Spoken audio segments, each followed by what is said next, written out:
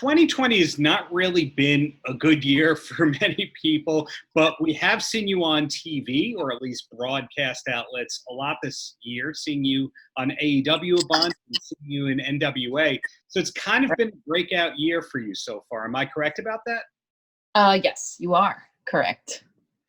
And among the AEW exposure, we heard Chris Jericho saying, "Screw you, Dani Jordyn." What exactly provoked that one? I guess just me being in the crowd. I don't know. He didn't like it very much. Tony had mentioned me. Tony Schiavone had mentioned my name and said that I was awesome and great, whatever else he said. And then I guess he just didn't like it because I had to hold down Britt Baker in her match with Sheeta, and me and my good friend Sean Dean and Musa. We were all there. And then I don't know. It blew up all over Twitter though. Right after, everybody kept talking about it. I think in the best of ways possible, when you have a multi-time world champion specifically calling you out and not loving you and all that. But Tony Schiavone's all over your social media and has been for quite a while. How exactly did you meet him in the first place? I met him through my job, basically. He does a lot of like filming and everything over with AEW whenever they have to film the post-show stuff or pre-show stuff, whatever they do, all the dark stuff that they do. I just saw him like every week. He would come in and they would just do filming and we would just get to know each other. And he's a really great guy. He's hilarious and he's a lot of fun. So I don't know, we just bonded because I saw him every week. It was like he was my coworker, you know. So right. It looks like Georgia has kind of become a hotspot, a capital for wrestling as of late, because I know DDPY is down there, right, and all that stuff gets filmed there. Of course, for a while they were filming something, I don't know how much, but AEW stuff otherwise is being filmed there. NWA has done some filming down there. And of course, you work often with the Southern Honor people. When you moved to Georgia, did you know that all that was going to be there, or is it just a coincidence? No, not at all. I had no idea. Because, you know, none of it was here, like, I don't know, a year and a half ago, maybe. So it all just kind of popped up super fast. Even the schools, I had limited options as to what wrestling schools to go to. Because the whole reason why I moved to Atlanta was because it was the closest to me at the time. I was living in Savannah. So it was the closest, like, city to me at the time that had, like, an affordable public wrestling school. So I went to the WWA4 to train. So I moved here for that specifically. And I had no idea what I was getting into. I had no idea about indie wrestling either. So I didn't know that all that existed. So then once all this stuff started popping up and then more schools started opening, like it just became like a foreground for wrestling randomly enough, which is good for me because I live here. So I don't have to move anywhere. It's also good because the airport's right here. You know, the Atlanta airport's huge and it's my favorite one. So like just worked out, I guess. Now I can't really leave because if I leave, I won't have all that stuff. The favorite airport, is that the one that has the PF Chang's in it? The Atlanta one? I think it does. Yeah, that's the PF Chang's that Bill Murray asked for a job application at a year or two ago because he said it looked like so much fun. That's funny. Hearing that you're originally from Long Island because you're introduced that way, but you're down in Georgia now. There's a lot of people related to wrestling that have gone from New York and New Jersey down to Georgia. DDP himself. I've heard Disco Inferno has talked about his family. They're originally New Yorkers who end up down there. Do you on a daily basis encounter a lot of New York and Jersey people down there? I do, actually. Yeah, it's a small world when you think about it. I run into them like all the time, like every day. Especially within wrestling too. So lots of people are from up north. And you moved down to Savannah for wrestling as well, or was that college or? No, that was actually just life. I didn't get into wrestling until like 2017 is when I started. But before that, I was just, you know, school, blah, blah, blah. I graduated 2012. So after high school, so long story short, I grew up in New York. Mm-hmm. I've lived in Florida before as well. Moved back to New York, moved from New York to North Carolina just in time for high school with my mom and my stepdad. And we lived there for like 4 years, just through my high school year. And then after that, moved to Savannah because my mom got a job there. So right after high school, moved there. So it was just, everyone's like, are you a military family? And I'm like, no, we just went everywhere. So just, just happened.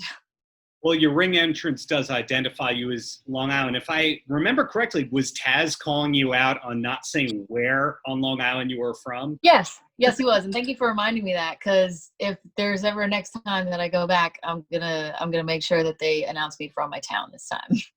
And then I think after that, Excalibur said something like, "Is it Islip?" Mispronouncing Islip. Oh yeah, and then they were like, you're on Long Island, not in Long Island, and stuff like that. All the debates that we all have as a community from Long Island. Exactly. You're on, in it. And it seems like 10% of the AEW roster is either from Long Island or has lived on Long Island at this point. But right, seems like it. But you just said that you didn't really get into wrestling until 2017, 3 years ago. It's pretty amazing to see how far you've come in such a short period like that.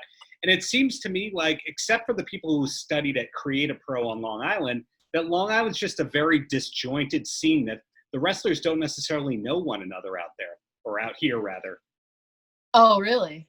Like the wrestlers that live there don't, or the ones that are here? What did you say? Oh, the wrestlers here on Long Island don't seem like they know each other, because there's never really been a federation here that that was like a traditional territory. Yeah, I know there's that one company who I've spoken with before, and it's in my hometown. It's in Deer Park, so it's like NYCW, NYW, I think. NYWC. I always get the letters mixed up. Yeah, NYWC. Yeah, that one seems cool. I know about that one. Other than that, yeah, I guess, yeah, you're right. There's not really like a foundation spot up there. Right. I went to a lot of punk rock shows growing up in Deer Park, of all places, at this catering hall. But the bottom line is, you made it. I feel like I know which catering hall that is, too. There's only like one. There you go. Yeah, a lot of famous bands wound up playing there a year or two before they made it. Like not Blink-182, but like Taking Back Sunday and all these big bands. Oh, wow. That's cool. So bring it back to you. It's been kind of a breakout year for you, in spite of a pandemic and wrestling not being in front of audiences so far. But is there a career accomplishment you're most proud of so far? I would say when I was on Dynamite, I had a short little match against Nyla Rose on Dynamite, like in November, and that was the first thing that I had gotten to do on a stage that big, and that was like the first taste of like what the rest of my life could be like. So that was really awesome for me. That was like a huge stepping stone in my career, and I'll never forget it. It was great. I'd say that. It was great to see the burn book on television like that. Yes, it was super cool. I didn't have it with me on Dynamite, but I did have it for Dark and everything like that. I wasn't sure if I could like bring it out or what. Like I couldn't really like bring out all my, the whole shabam for my character, but I did what I could. But yeah, it's super cool to have it now. They love it, so. I think that it's amazing that Mean Girls, of course, you're the original Mean Girl. We know that. That's been established. But it's amazing to me that Mean Girls is 16 years old or something like that, and is just as relevant today as ever. As it was, yeah. I know, it's crazy. It's like even more relevant than it was when it first came out. Did you ever see the direct-to-DVD sequel of Mean Girls? Like Mean Girls 2? Yes. Oh, it was trash. Yeah, I've seen it. Hated it. You know why it's trash though? Because Tina Fey didn't direct it. She didn't have a part in it. So it's just like it was like Disney took it over, because it was on like ABC Family, wasn't it? So I know like all about it. So it was on ABC Family, I think. That's when it like they produced it or whatever. And Tina Fey didn't have a part in it, and she didn't like help write it or anything like that. So I don't think any of the original people or writers from Mean Girls, the first one, had anything to do with it. I'm not sure. I don't think so. I think it was just executive producer kind of credits by them. Yeah. They made it a little too serious for me. They made it more targeting like bullying, like, and they just made it too serious for me. And I was just like, oh, come on. It's a funny movie. It's a joke, but yeah, it's trash. Movie to you that comes even close to the quality of Mean Girls as a comedy? Oh, Ooh, that's a good question. What are my other favorite movies? I have a lot of like favorite movies and ones that kind of like hold up. I'd say like anything that Tina Fey produces because she's just my favorite in general, and she's like super funny and super smart. So a lot of the things she makes, like Sisters and Baby Mama and all those things were really good. Let's see, what else? I feel like a lot of the other movies I like are just like stupid comedy. Mm-hmm. So I don't know if Mean Girls would fall under that category, I guess, but it's not as stupid as like Anchorman or something like that. You know how that's like stupid comedy, and then Mean Girls is slightly different. So I don't know. So you're an SNL person. Oh, huge SNL person. Yeah. Basically anything that like SNL cast members are in, my favorite movies. Cool. And then in terms of wrestling, what is it that got you hooked or interested in it in 2017? Well, 2017 is when I decided to start wrestling. So that's when I began my training. But before then, I think I started watching like religiously, I'd say around 2014, 15-ish. That's when I had it on like all the time. And then I was super into it. And that's when, you know, the whole like women's evolution was starting. So, you know, they brought out they took away the Divas belt and all that stuff. So that's when I started religiously watching it. And I found out about like NXT and all that stuff, because I didn't know that much about NXT before that either. But, you know, once the Four Horsemen got called up and then they were continuously on the main roster, like that's when I fell in love with it and decided to go wrestle. Other than that, I was watching like inconsistently, I'd say, throughout my years of school. I had a gap where like I didn't watch it.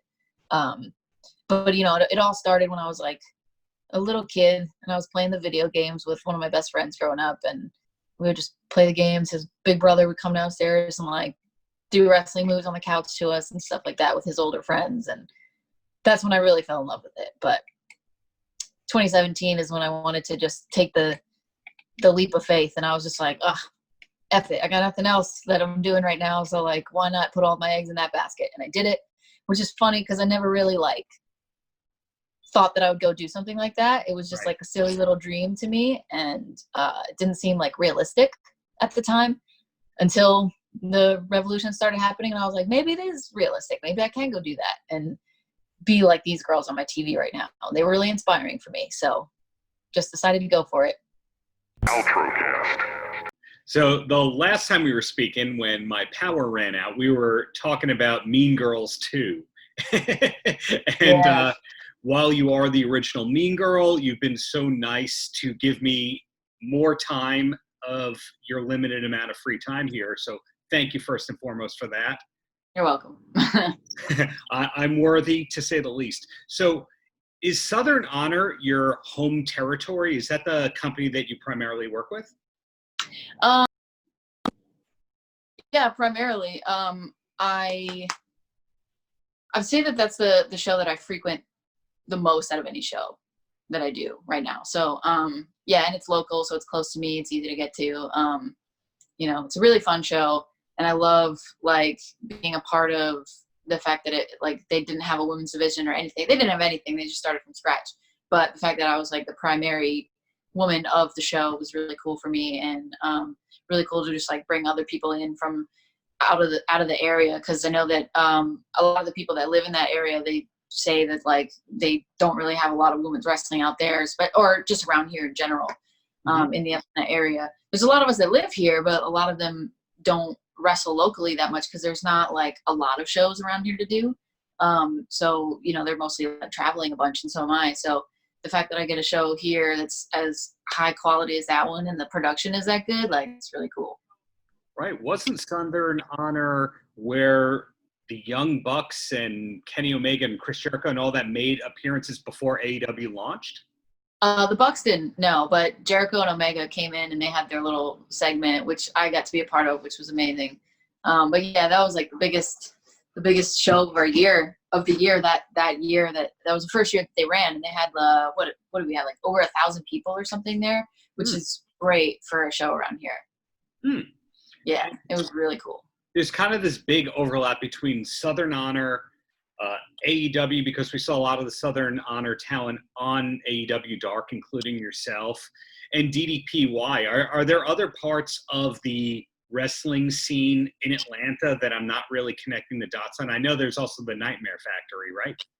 There is, yeah. There's a Nightmare Factory. There's a couple, as far as like schools go, there's a couple schools around here that are run by very reputable people. Like, so I'm at the Nightmare Factory right now with QT Marshall, but there's also the WWA 4, which I started from, and that's ran by AR Fox, that's a cool school to go to if you're first starting out. And what else is there? There's the Good Brothers Dojo, which is Luke Gallows' school.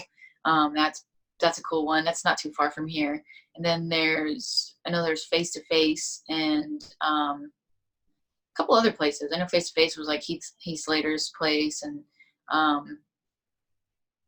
yeah. Oh, Robert Gibson has a school out here too. So yeah, there's a lot of things over here. Yeah. Now that I think about it, some people think that there's like nothing, but yeah, there's a lot of schools popping up around here to start at, which is really cool for us. Yeah, something we were talking about the last time is how you accidentally wound up in one of the coolest wrestling cities there is. And beyond that, I mean, there's that Tyler Perry studio. It kind of went from being Atlanta's just a big city to almost like there's more career opportunities as a wrestler or an actress maybe in Atlanta than a lot of film is coming here, which is really cool. Like Hollywood is kind of like putting itself in Atlanta. So that's awesome for us too. You can see a bunch of movies and TV shows. There's a lot of stuff filmed out here. Now, you personally, there's so much personality in you that is intended to be a compliment. When I watch you perform, I get that there is a person who has the right influences comedically and acting wise and all that. And that's a person who's not just a wrestler. I see somebody that actually wants to act beyond wrestling. Do I have that right? Yeah, spot on. That's what I wanted to do before wrestling, before I even thought about wrestling. I just wanted to act. So I would like read out like, specifically I can remember reading like an Oreo ad that was in a magazine when I was a kid with like one of my best friends growing up, and we were just reading it to our parents in like the kitchen, like just randomly, because we just both wanted to act. So we would just take random things like that and kind of act out our own commercials and things like that. I never got to do anything like that when I was a kid, but like my dad did a lot of production and stuff, so he made like a little like home movie for me and like placed me. It was like an animated like Christmas movie because I love Christmas and I was born around that time. So it's just like he put me in that, so that was cool. And like I got to film like a prototype commercial for this job that he was working at the time too. So that was awesome. So he's kind of like built me up, like hyped me up for that my whole life. And I was like, I just thought that was all that I was going to do. So that's why I love wrestling so much too, because there's a lot of acting and all that stuff that goes into it. So like when I found out all that out, I like fell in love with it that much more. It was just so cool. It's like a little piece of everything that I like, I can put into wrestling. That almost sounds like the Ruth character of Allison Brie in the show Glow. Yeah, I guess. Yeah. That's a good show. Oh, it's a great show. And I don't know anyone who doesn't love it, even if they don't love wrestling. Yeah. So everyone is, no matter their field of entertainment, everyone is kind of on hold at the moment. No one knows what's coming up. When do things go back to normal? No one knows. But what we were talking about last week was how 2020's started off as kind of a breakout year for you because we saw you wrestling with two different televised broadcasted companies. Is there anything coming up that you're allowed to talk about?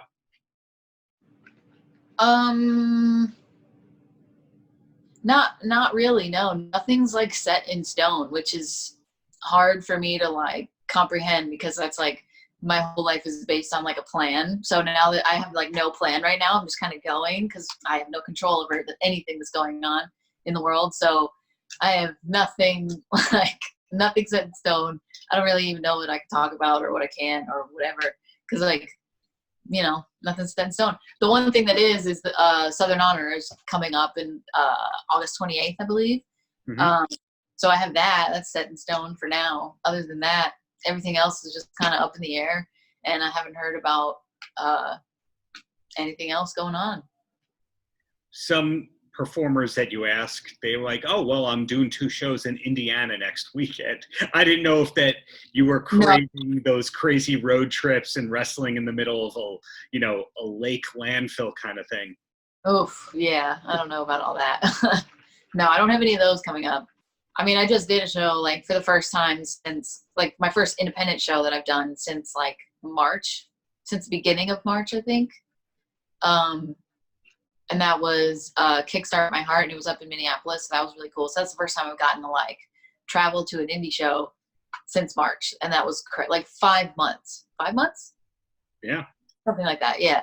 So other than that, just like AEW, but which I'm thankful to have that. But like some of those people, like almost everyone I talked to that was on that show was like, I have not wrestled since March. And I'm like, oh my God, that hurts to hear. Cause like I haven't really either, but at least I've had like a little bit of something, which is great. Right.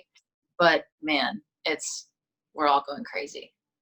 Well, as a total outsider, I've heard this and I can't vouch for it.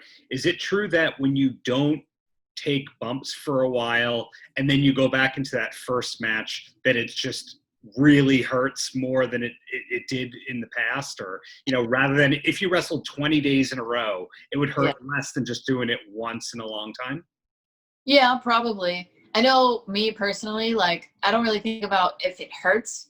I think about like or I don't even think about it, but like it's the aftermath after you're done with that first match back for a little while. Because for me, I can only be out of the ring for like maybe 2 weeks, and then by the time I get back in, I'm all like bruised up again, and I'm like, really? It only took like 2 weeks for me to not be used to like bumping and hitting the ropes and stuff. But yeah, I get like covered in bruises, and it's what my body looks like right after. That's the worst part. And then you just get like tired, exhausted, blown up in the middle of it. It sucks. I got like a cramp. Oh, it was terrible.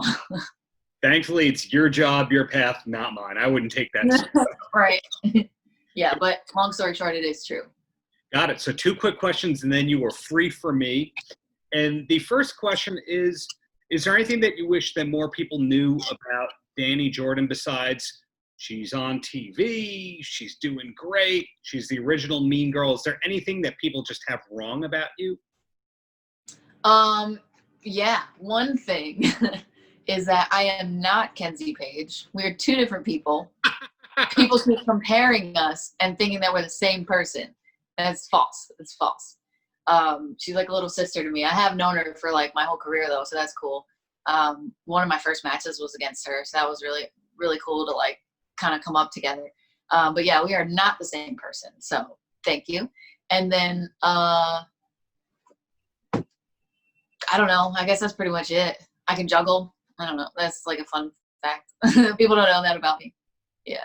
Well, Kenzie came up in my interview with Brandy Rhodes a couple of weeks ago where she was talking about how she wrestled Kenzie a couple nights before that. And Kenzie said, hey, so I graduated today. And Brandy said, oh, which college? He goes, not college, high school. And Brandy said, that is my moment of just feeling like an old woman. Yeah. Yeah, it's crazy how young she is and how far she's come in that time too. It's when I first found out how young she was, I was like, oh my God, you're like a child to me. I don't want to like wrestle you. I don't want to hurt you. But she's really good. She's really tough. And she's definitely one of my favorite opponents too. So the fact that she's doing that at such a young age, like I applaud her. That's good. That's awesome. She's gonna be a big star. Exactly. It doesn't hurt to have a couple of television credits under your belt when you're 18, 17. Right, 17, 18. Exactly. That's a big accomplishment. She's the youngest one to be on AEW, I think. Yeah. Her, Anna Jay. Yeah, a lot of great young talent in that Atlanta area, to say the least. So the closer back to a teenager, which is that's a huge accomplishment. Totally. To you, any last words for the kids? Stay in school, graduate high school, wrestle if you want. I don't know.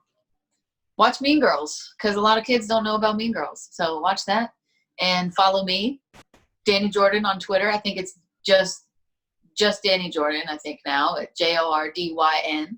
Follow me on Instagram at DaniJ, DANIJ. And I have a pro wrestling tee store. Everybody can find me on there too. I got 2 shirts available. More hopefully coming soon. Just look up my name on there. And buy my merch. Buy that merch.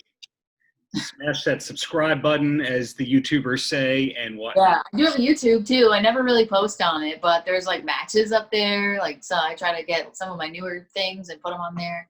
So I don't know. Follow me there too if you want. Totally. Well, all this will be posted within the next few days with everything tagged. Thank you so much for making up the time here. Just no problem. Great work you're doing. Thank you. Paltrocast.